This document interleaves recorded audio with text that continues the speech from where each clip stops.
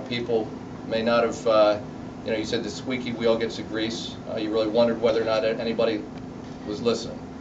And I think with the work of Secretary Landgraf and Kevin Ann and the team that they've put together, with the support of so many legislators, I really feel like we've made tremendous progress, and more people are listening.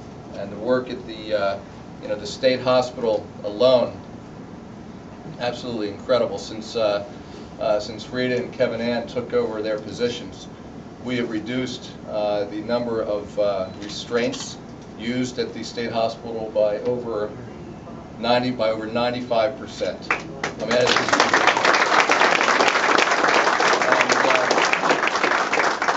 and we reduced the use of involuntary medication by 97%.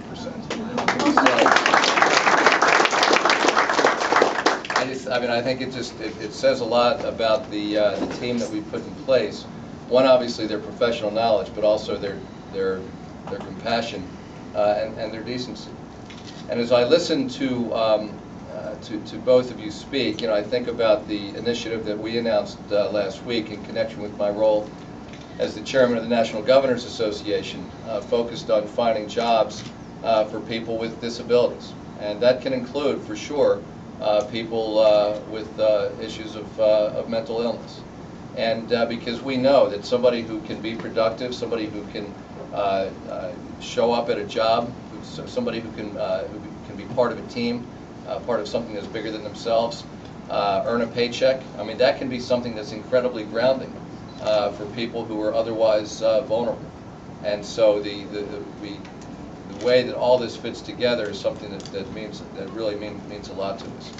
We also, with the help of so many people, including Rita and Kevin Ann, but also Bob Bernstein, who is our monitor from the U.S. Department of Justice, who is Bob, thank you. Really,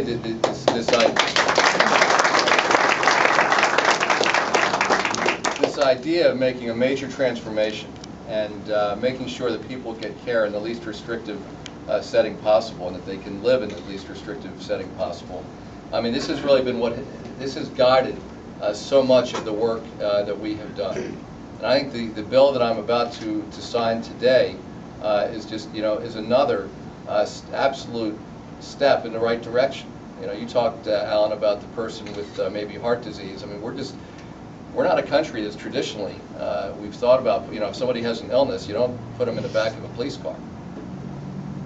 And I think this bill that I'm about to sign today actually recognizes that step.